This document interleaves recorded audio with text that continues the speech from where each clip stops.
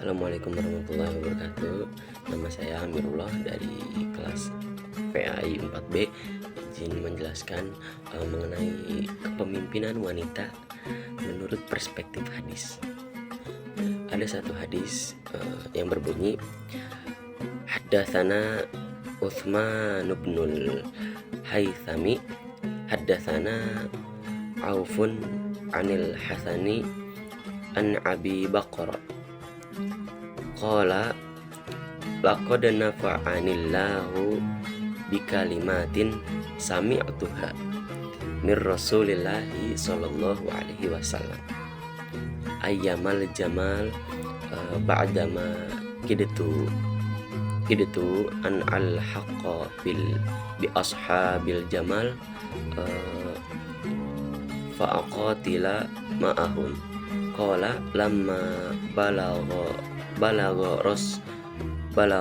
Rasulullah sallallahu alaihi wasallam anna ahla farisa qad malaku alaihim bintu kisra qala layuf liha qaumun walau amrohumum ra'atan.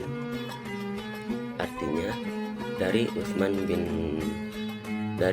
bin Haitsam, dari Auf, dari Hasan bin Abi Bakrah berkata, Allah memberikan manfaat kepadaku dengan sebuah kalimat yang kudengar dari Rasulullah Shallallahu Alaihi Wasallam pada hari menjelang perang Jamal.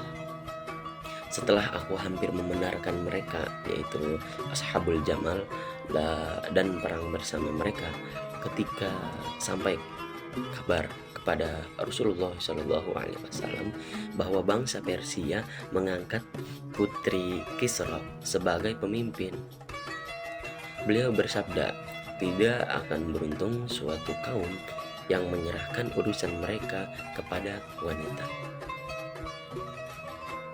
Jadi penjelasannya, Ashabul Wurud atau sebab diturunkannya hadis tersebut itu oleh Abu Bakar adalah ketika konflik politik dari Sayyidah Aisyah dan Sayyidina Ali bin Abi Thalib yang menjadi pemicu perang Jamal pada tahun 36 Hijriah. Posisi politik Abu Bakar sendiri disebutkan tidak berpihak pada kubu Sayyidah Aisyah dan mendasarkan sikapnya pada pernyataan Nabi di atas. Para pensyarah hadis menjelaskan peristiwa apa yang menyebabkan Nabi berujar demikian itu Al-Kisah, negeri Kisra.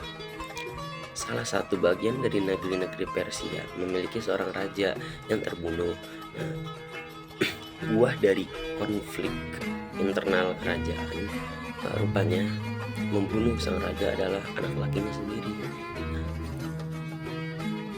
Intrik demi intrik terjadi dalam kerajaan dan dengan singkat.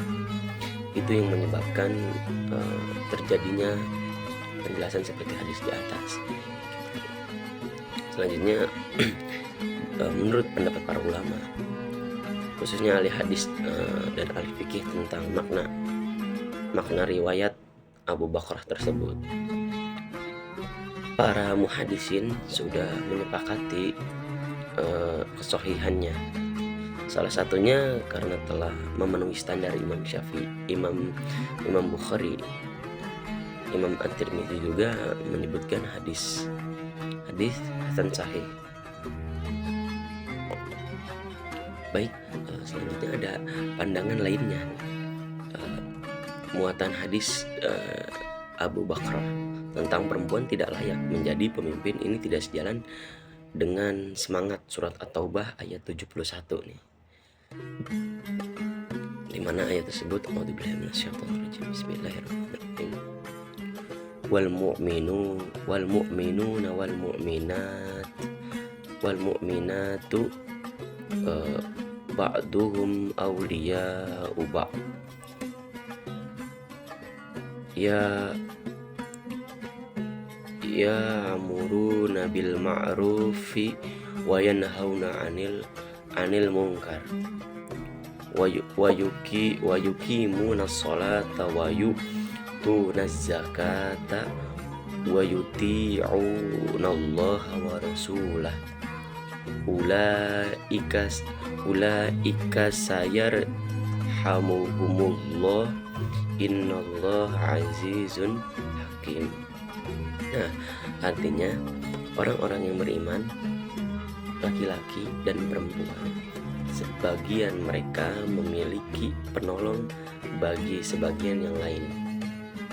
Mereka menyuruh yang makruh dan mencegah perbuatan yang mungkar. Nah, melaksanakan sholat, menunaikan zakat, dan taat kepada Allah dan Rasulnya. Mereka akan diberi rahmat oleh Allah. Sesungguhnya Allah Maha Perkasa lagi Maha Bijaksana. Quran Surat At-Taubah ayat 71. Nah, hadis di atas itu selain bertentangan dengan Al-Quran, sebagian ulama kontemporer lebih tepatnya meninjau bahwa kasus hadis tersebut bersifat itu khusus. Nah, hadis tersebut itu bersifatnya khusus hanya dalam konteks cerita Raja Kisra itu. Nah, dengan demikian di lain masa atau di lain waktu, perempuan tetap bisa menjadi seorang pemimpin dengan persyaratan tidak melakukan hal-hal yang menjadi penyebab kemunduran negeri Kisra, yaitu tidak adanya kompetensi dan kecakapan. Pendekatan sesuai dengan konteks cerita yang demikian sesuai kaidah. Nah, meskipun pernyataan Nabi Muhammad merujuk pada perempuan secara umum, namun ia hanya dimaksud untuk kisah negeri Kisra ini. Nah, terkait tawaran kaidah pemahaman ini, ulama berbeda pendapat. Bukti sejarah bahwa banyak raja maupun pemuka agama perempuan tidak terkecuali dalam sejarah peradaban Islam. Dalam Al-Quran sendiri dikisahkan tentang ratu dari negeri Saba yang digambarkan memimpin kerajaan besar dan memiliki kebijaksanaan sebagai juga ashabul wurud. Hadis Abu Bakri tadi, latar belakangnya itu ya seperti tadi gitu. Nah, baik, terlepas dari pro dan kontra permasalahan perempuan layak atau tidaknya menjadi seorang pemimpin, kesimpulannya dan atau pelajaran yang dapat kita ambil adalah dalam jiwa seorang pemimpin, tidak peduli laki-laki atau perempuan, harus memiliki sifat tanggung jawab dan sifat berani. Nah, dikarenakan seorang pemimpin harus bertanggung jawab di akhirat kelak atas apa yang dipimpinnya. Jadi dalam konteks ini kita mengambil jalan tengah.